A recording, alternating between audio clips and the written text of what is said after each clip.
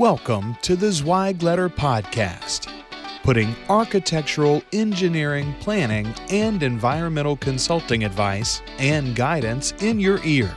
Zweig Group's team of experts have spent more than 3 decades elevating the industry by helping AEP and environmental consulting firms thrive. And these podcasts deliver invaluable management, industry, client, marketing, and HR advice directly to you, free of charge. The Zweig Podcasts, elevating the design industry one episode at a time.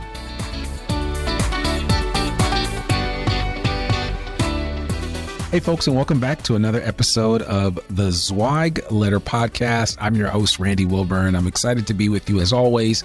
Man, we keep churning out these episodes. We are up to, I think at the last time we released an episode about 237, and that's been pretty amazing. Over almost 8 years, we've been putting out episodes. Sometimes we would have them on a weekly basis. Then it went to like a couple times a month. Then it went to once or twice a month. But I'm excited that we continue to press record on this podcast and highlighting all things related to the design industry as we see it. And when I say we, I mean as the founders and as the leadership of Zweig Group continues to serve this industry for, I don't do public math, but we're talking 36 years. It's a long time. So it's pretty amazing to see all the iterations of this company, of the leadership, and certainly we have no shortage of great leaders that have come through these doors, and we are currently led by the amazing Chad Kleinens, who is the president and CEO of Zweig Group, which is what the firm is now called. When I originally started working here, it was Zweig White and Associates.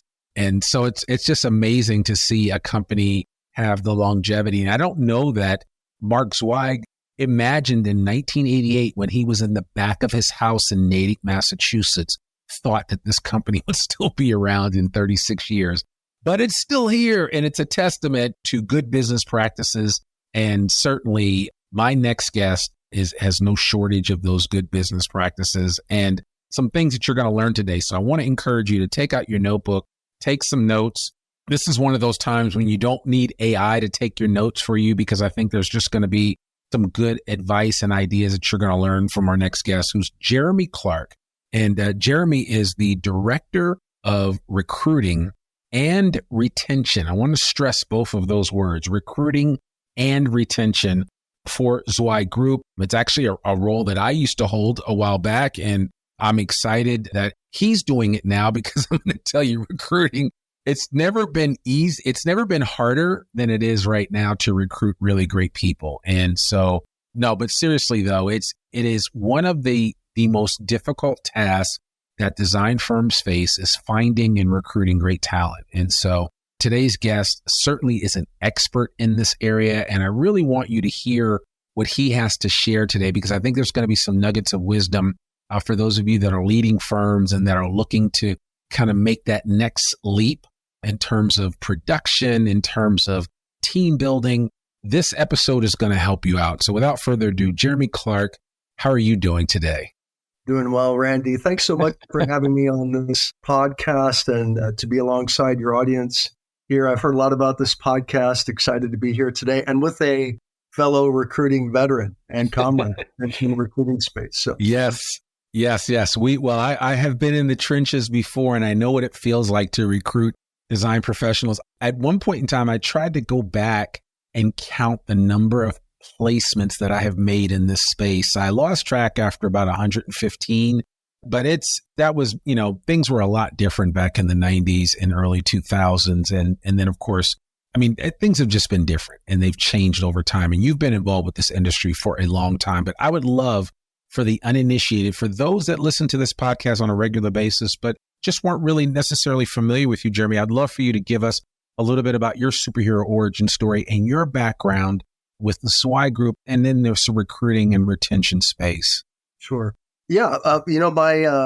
My background begins with, I'm a combat vet from the Air Force, and was fortunate to be part of that remarkable organization years ago, and to get my education and training through the Air Force and the Air Military University, and to come out into the business world and apply that training. I'm a former F-15 test platform guy with the Air Force. And so I didn't translate that into the civilian sector at all, but was really fortunate to land a gig with Rockwell Collins Aerospace as a recruiter early on in my civilian career. And then from there to join Walmart Corporate as their executive recruiting manager for a number of years. And then eventually roads led to Mark Zweig and to Zweig White at the time, and had a lunch with Mark Zweig, and he was just beginning to reinvent his recruiting advisory area and invited me to be part of that, and spent some time with Zweig White at the time, and then began my own recruiting firm. Emissary. Was really privileged to have a successful recruiting firm for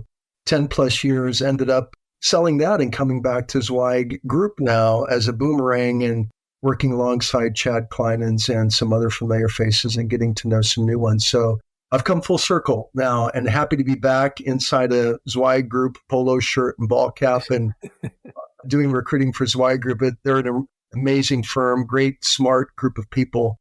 No 2 days are the same. For sure. Yeah. No, I mean, that's a lot to unpack there. First, I want to just say thank you for your service to this great country and for the time and sacrifice you put in the Air Force. I really appreciate that. And I'm sure working in any of the four branches of the military, you learn so much that is applicable in the business community, in the business space. So I certainly appreciate the time and effort that you put into that, and be interested to see what lessons translated over to the whole recruitment and retention as we unpack this conversation. I think I remember reading that you did spend some time at Walmart, which a lot of people do that live in Northwest Arkansas, where we both are. So for the podcast listeners, both Jeremy and myself live in Northwest Arkansas, which I think is the greatest area of the country. It's the heartland. I'm a shameless fanboy for Northwest Arkansas. And honestly, and I tell this story all the time, when Mark originally came back to me and asked me if I'd come back to the company, I was like, sure, but I'm never moving to Arkansas. And I could say that to Mark because we've been good friends since 97. And, you know, it took a while, and he convinced my wife that this area was not as bad as you think. Just need to come check it out for yourself. And we did. And within 3 months, we moved here. And so I say all that to say is that Northwest Arkansas is a great place to live. It's a great place to build a business. And what Chad and the rest of the advisory team at Zweig Group are doing right now is simply incredible. And I'm glad to see that Zweig Group has been able to maintain relevancy in an ever-changing design industry environment. And Jeremy, I know you can appreciate that because you've seen all the changes. And so I'd love for you maybe kind of lay the groundwork for this conversation about the current state of recruitment and retention in the design industry today as it stands. We're recording this in April of 2024. And I last recruited a design professional about 4 years ago. And it's been a minute, but I know a lot has changed. And I would love for you just to kind of give us a lay of the land for right now. For sure. Yeah, I would say that in the past 4 years, the world of work as we know it has changed dramatically. And I think that we can all trace that outcome back to COVID, back to the Great Resignation, or what's more appropriately known probably as the Great Discontent, where we saw this remarkable migration of people inspired by the circumstances that COVID produced. And that really sort of began to morph and change the recruiting landscape and the retention landscape in a significant way. And so I think that for our industry, AEC, the design industry, we have been really trying to play catch up with much of what has transpired, not only in terms of what the post-COVID environment was, but how this economy has just skyrocketed in a hockey stick kind of way post-COVID. So you've got two dynamics going on. You've got this remarkable shift in employee mentality and candidate mentality as they approach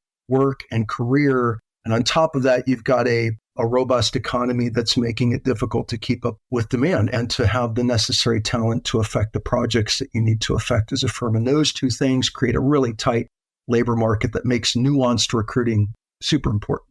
Yeah, and to your point, one of the other things that I think creates an even more unique problem for our industry is the lack of young people going through and getting their engineering and architectural degrees, landscape architect degrees, planning degrees. We don't have enough people matriculating through those programs, even at the best of colleges and universities in this country. It's something that what I have told design firm leaders is that you want to promote your next engineer or architect, you need to go to the elementary schools and the middle schools and the high schools and promote a career in the design industry. Am I correct in saying this? Yeah, absolutely. I think that that's such a great point that you make, Randy. Added to that, even, there is a remarkable exodus of individuals who are retirement age in the industry now. And so you've got this massive outgoing of people, a trickling effect on the incoming side, and that's just exacerbating the whole issue. And so I really think it makes sense to begin placarding this industry as a strong industry of choice to would-be college students as early as possible. And to get firms involved in scholarship processes and in processes in their local high schools and so forth, where they can really begin advancing the merits of this industry to graduating students that are looking to decide upon their career trajectory. I mean, and it's an issue across the board, right? The trades are doing this now. My son went to a program here locally at the Jones Center a couple of weeks ago where he's a junior. He's decided, or he thinks he wants to go into the trades. So electrician, plumbing, HVAC, sheet metal, and they just have such a huge need that they now have, and I don't know if you've heard of this, Jeremy, they have a draft.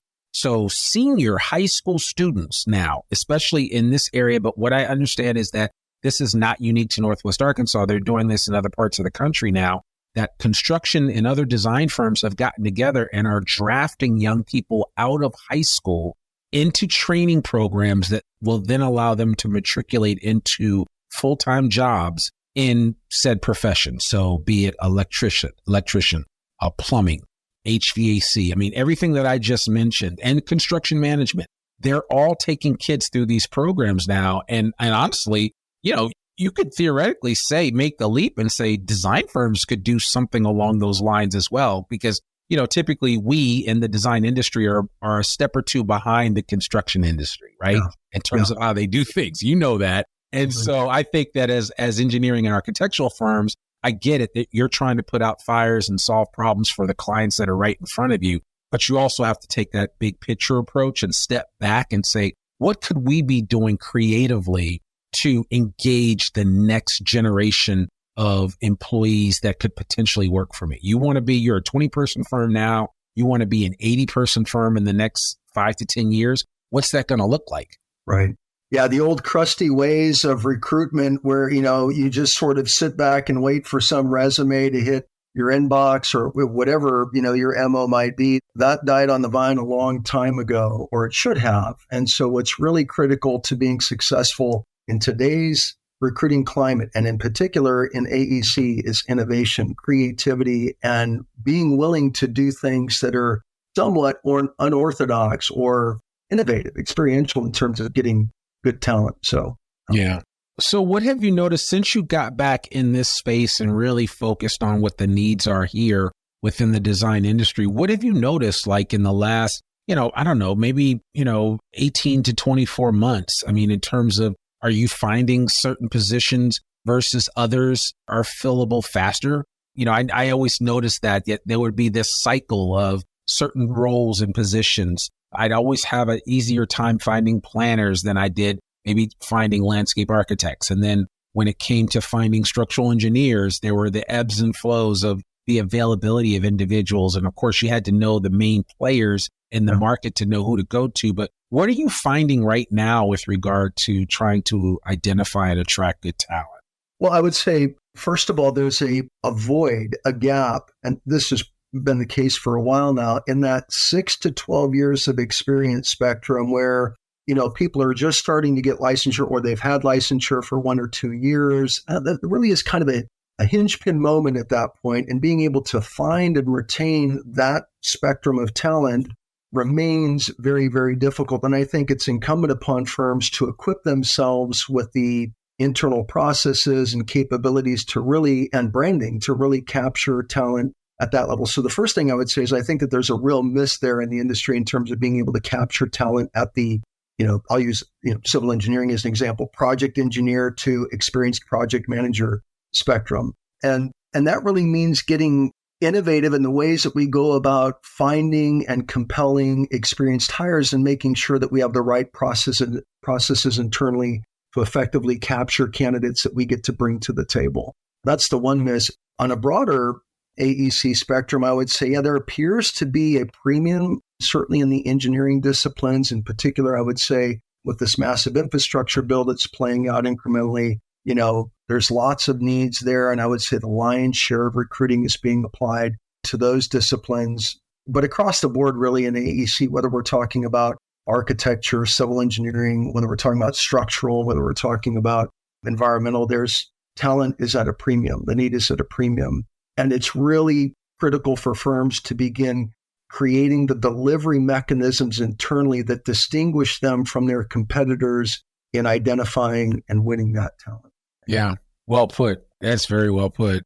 Man, it certainly doesn't make life any easier. And I know it's when I thought about this conversation that we were going to have, I was thinking, man, I hope that at the end of listening to this podcast, people are not discouraged by the mere challenges that we're faced with. I think, again, I always try to take a long-term view of things and what it's going to look like. Like, for instance, in the early 90s and 2000s, the late 90s and early 2000s, we didn't see as much consolidation in the industry as we're seeing now, right? So like you have way more companies that are like, you know what, screw it. I'm just going to buy a company, right? I'm going to buy, those 30 design professionals that I need as opposed to try to recruit what I want, right? Because invariably what I want in my mind and what's available in the marketplace are usually two different things. And so, and that also creates a challenge, I'm sure, for you as a recruiter, because,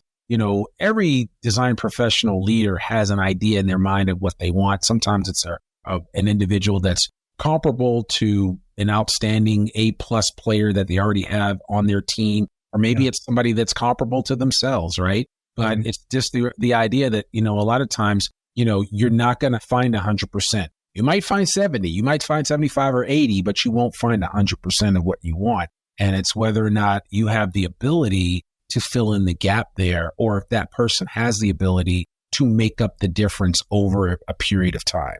Yeah, well, that's just resonates with me so much. I think one of the critical features for successful recruiting, Randy, that you've just cited is being progressive and open-minded in how you define the roles that you need. Some things are immovable, but how do you go about finding individuals that satisfy an operational need who might not be a 100% match for everything that you're looking for, and just approaching every candidate with a brand new slate and asking yourself, where could I place this talent inside my organization that meets a need that I have today is super important. And the other point that you made around M&A as a mechanism for recruiting. I mean, you're not in Kansas anymore when you start gobbling up firms for the purpose of staying ahead of the talent need. And that's exactly what we're seeing a lot of, too, a willingness to go out and acquire firms for the purpose of satisfying the gaps.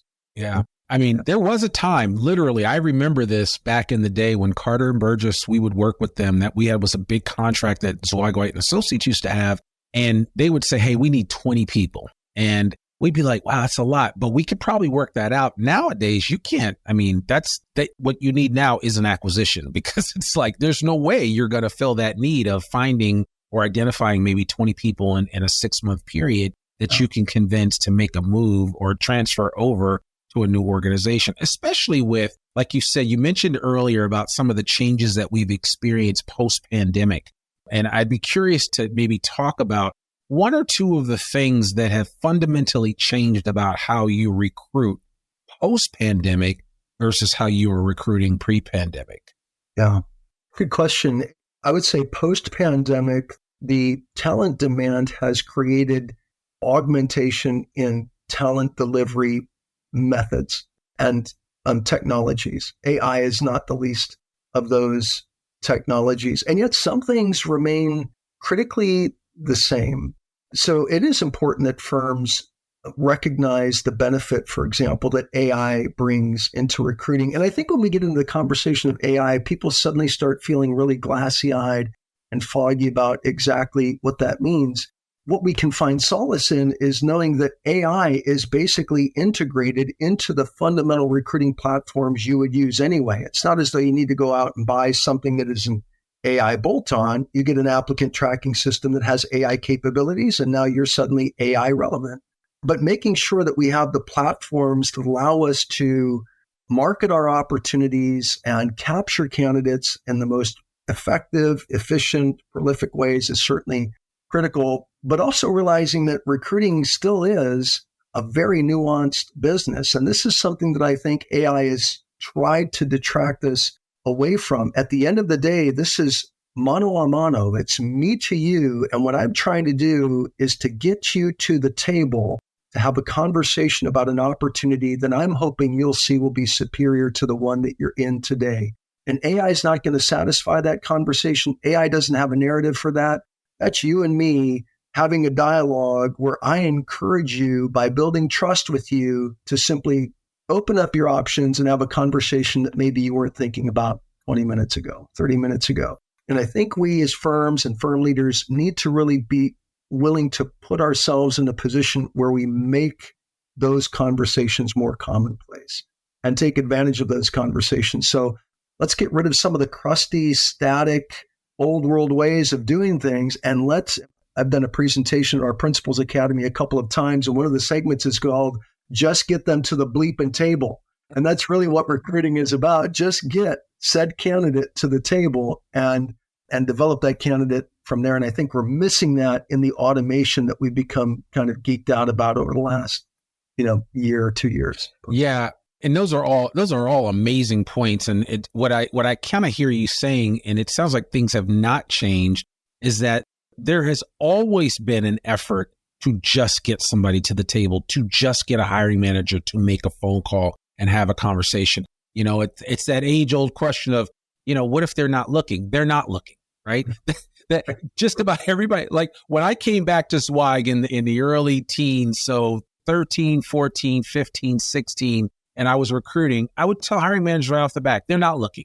They don't want to move. Well, why do I want to talk to them? Well, it's because you got to be able to sell the opportunity. Is it compelling enough for them to even want to think about potentially making a move from one place to another? It's just the whole idea. And if nothing else, what I've always said, and I still stand behind this today, and this will never change, I think, no matter how great our artificial intelligence plays a role in the underlying recruitment process, there is no replacement for building real, tangible relationships.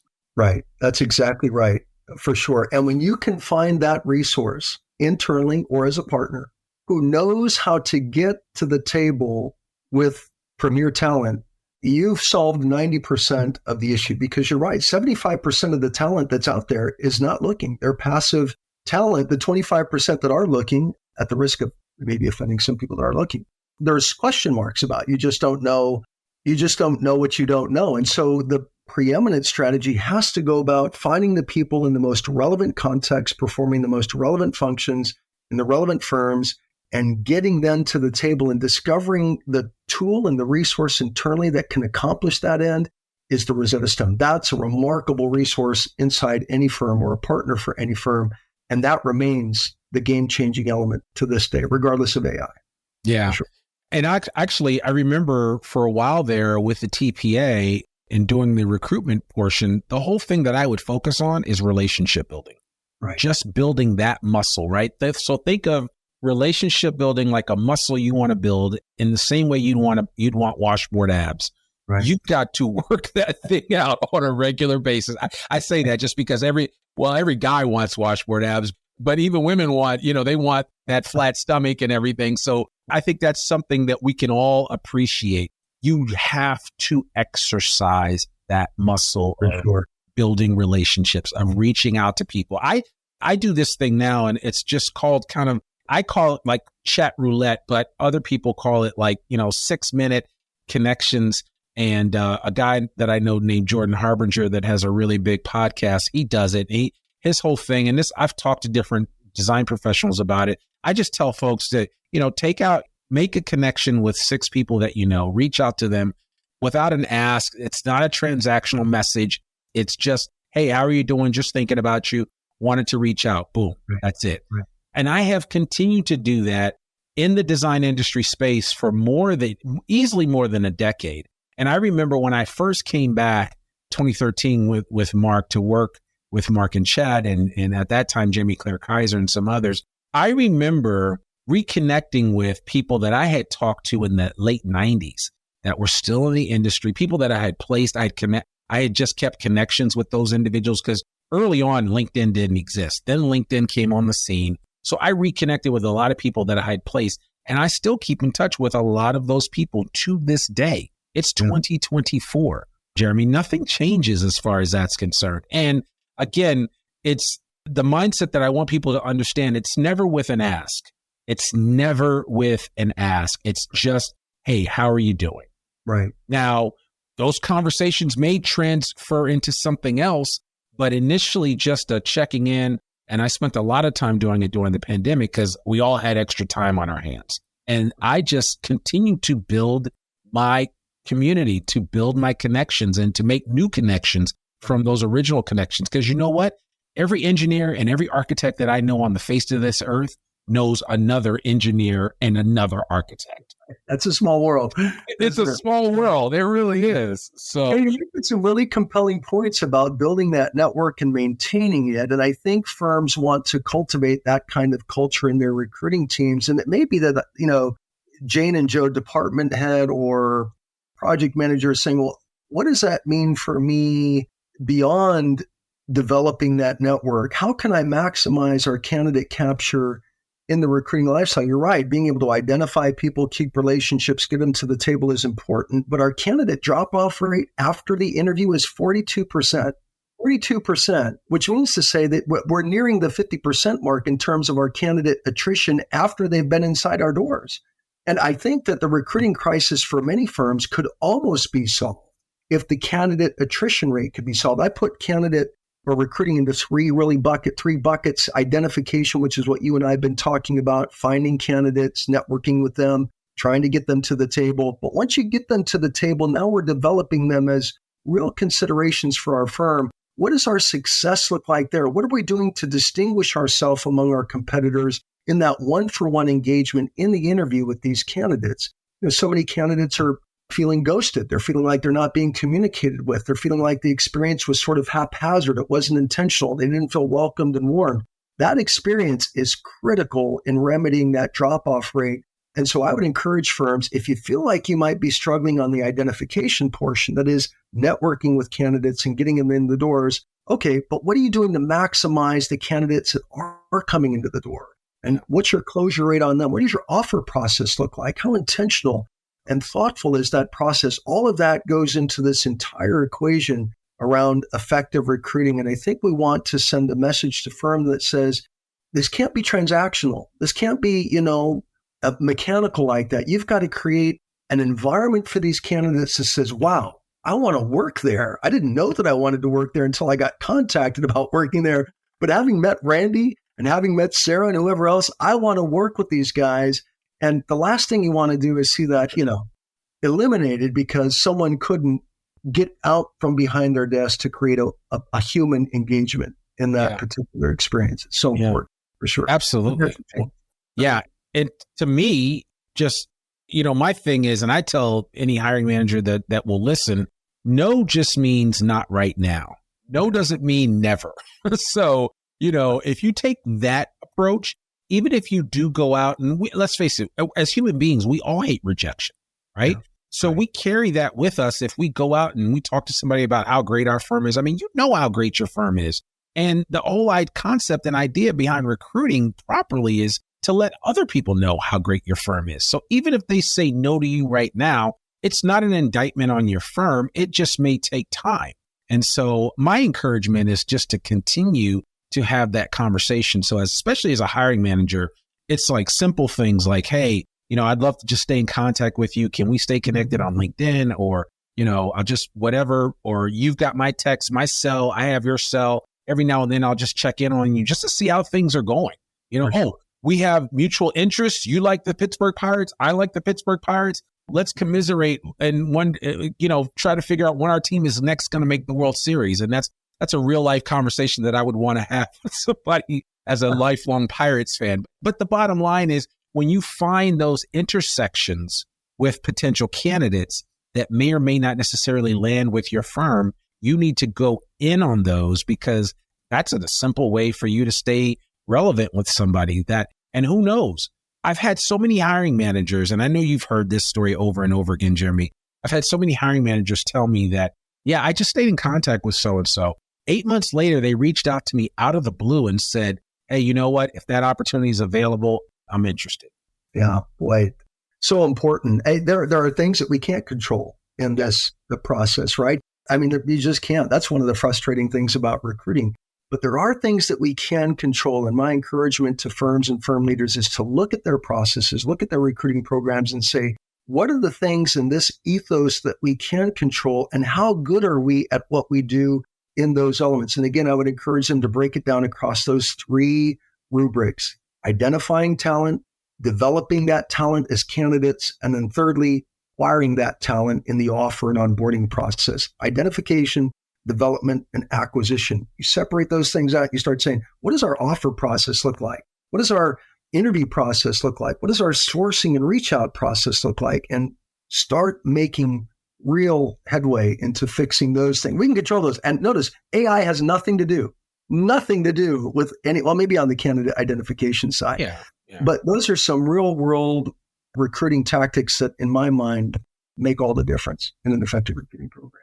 Yeah, you're absolutely right. And, as I'm thinking about this now, I'd be curious in terms of the way that Zweig Group today is processing and helping clients through their recruitment process. What do the steps look like now? If I come to you and say, hey, I need this project manager with, 12 to 15 years of experience in the, civil site development space, preferably a guy with a lot of land development experience because we're working on a number of subdivisions. It's one of those favorite needs. But what would the process be like for a company that may be listening to this podcast and thinking about going through that process? What does that look like for them? Yeah, it would obviously be, I think there's an approach there from an advisory perspective. And Randy, you can appreciate this. You're always looking at the bigger picture, right? You don't want to miss the forest for the trees. And so the old adage, teach a man to fish, lead for a day, or give a man a fish, lead for a day, teach a man to fish, lead forever. I think you want to approach recruiting that way. And so let's talk about that particular need, but let's look at your broader candidate delivery methods. Are there things that we can look at from a recruiting program perspective and help you improve upon as part of this overall engagement? That's an immediate need in most cases. And so you don't want to get derailed too far with that. But in terms of candidate acquisition, you're going to hear a sentiment that says, okay, what's the preferred profile that we're looking for? What's the geographic limitations? What's our salary offering look like? Let's get all of the specifics out of the way and figure out really and truly where it is that we want to go fishing for this particular candidate. And remember, let's keep our mind open and our eyes open for the kind of talent that can be game changers that might be peripheral to that profile slightly. And then let's begin talking about what our process for developing them as candidates looks like internally to make sure we're maximizing our opportunity once we get them to the table. So surely, an engagement with us, a depiction of the overall profile, a really committed, meticulous sourcing effort to find the right candidates, helping those clients then to create selection processes that bring the candidate through the finish line, and then helping to put forward a marriage-worthy proposal in the form of an offer strategy that gets them through the tape. Kind of what that holistic engagement would look like. But again, behind that, what I'm saying to the client is, what does your recruiting program look like? Let's fix this issue today and let's get someone through the tape for you today. But let's look broader at what that entire delivery system looks like. And I would say to you that there's a remarkable uptick in that. I would say 50% of my advisory is tied to recruiting program development. And then on the flip side of that, retention programs as well. So there's a push in those things. I love that. So on that, since you already mentioned it, let's talk a little bit about the retention piece, right? Because half the battle it's more than half. It's like 75% of the battle is finding good people. The other half of the battle or portion of the battle is keeping really good people. Yeah. Talk about what that looks like in this day and age of, such an engaged marketplace where, I can connect with and learn about anybody in any way, shape, or form online in an instant. Whereas before, you and I both know that there was a certain amount of sleuthing involved, and you had to put on your Sherlock Holmes hat to identify people that were doing what you needed done. Nowadays, it's kind of in your face for the most part, and the technology has made information available. How do firms protect what they have from a retention perspective so that they're not losing out to those recruiters like yourself that are actually quite deft at identifying really good talent that may want to consider other opportunities? For sure, man. That's such a great question. The retention issue is solved, I think, to a significant extent when the recruiting issue is solved. And the recruiting issue is solved to a significant extent when the retention issue is solved. We'll never reach, utopian, scenario with either of those things. But to the extent that I'm effective at recruiting, to that extent, I should expect to be effective at retention because I'm bringing the right people, and I'm bringing the right people in through a grid that carefully and appropriately assesses those individuals for their fit within the organization. So my first strategy for retention is, what does your interview question sound like? Are you asking people what their spirit animal is? Or are you asking them about how they, work through conflict? How deep are we getting to understand the true candidate profile and whether or not that profile matches with our program and our firm? And I think that's the beginning point. But what's happened post-COVID and in this great discontent environment that I've mentioned before, as I said, the world of work has changed. And I think what companies are trying to do to keep up with the clip of that is create every half-baked perk they can to incentivize people to come aboard. I mean, there's some wacky things being offered to candidates to bring them over and to keep them glued to the firm. The problem is they're not long runway benefits. They're perks that create a bit of an interest at the outset, but once that interest is satisfied, it begins to fade, and you're back onto that treadmill again. So my encouragement is really look at your benefits and make sure that you're providing long runway benefits for long runway employees. So, for example, I'm not sure pet insurance or bring your pet to work day is a long runway benefit, right? And if I'm losing a person or not over the basis of whether or not I provide pet insurance, I'm not really sure that's a person that would have been here for the long term anyway. So I want to create benefits that resonate with the hearts and minds of my people. And if you look at statistics, the central benefits that people are looking for are security and health and wellness. So what does my medical coverage look like? What's my premium going to cost? What's my career advancement opportunity?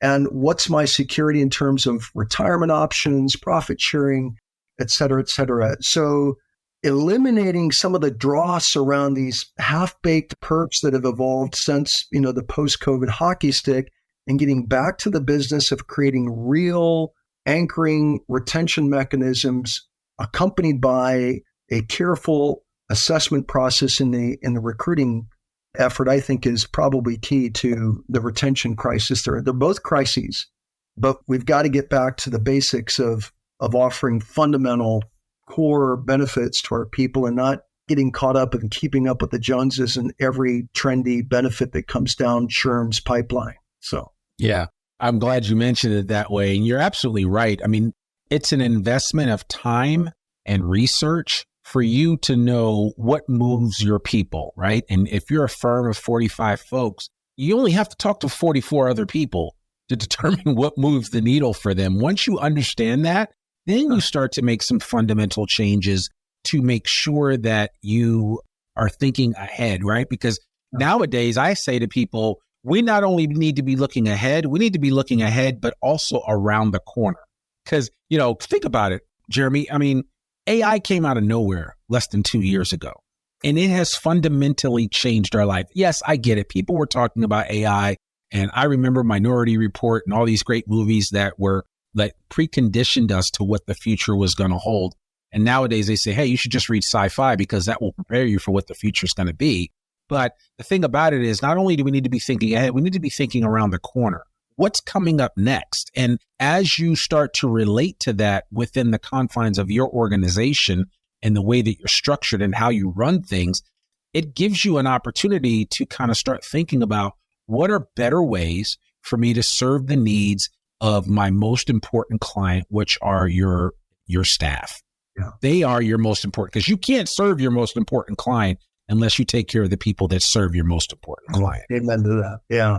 On the subject of surveying your people, I think that's what Zweig Group has always endeavored to do. Let us do some of the heavy lifting for that to the surveys and reports that we provide, so you can get a clear idea of what broad employee sentiment is in this industry, the things that are important. And so we have a lot of that data available. That doesn't negate the need to do that internally in your own firm. In fact, I think it only punctuates the need to do that in your own firm as well. But there's so much. I was at a firm not too long ago, and we doing some interviews with some folks, and just getting a sense for what employee sentiment was and what might be problematic in the retention climate at the firm. And, what kept coming back over and over is, I don't know what happens after licensure. What do I do after licensure? There's a gap between 4 years and 8 years. I don't know what that means for me. And so I think one of the most important retention tactics a firm can do is begin creating intentional career paths for your people by tying competencies to each position at your firm and giving people a roadmap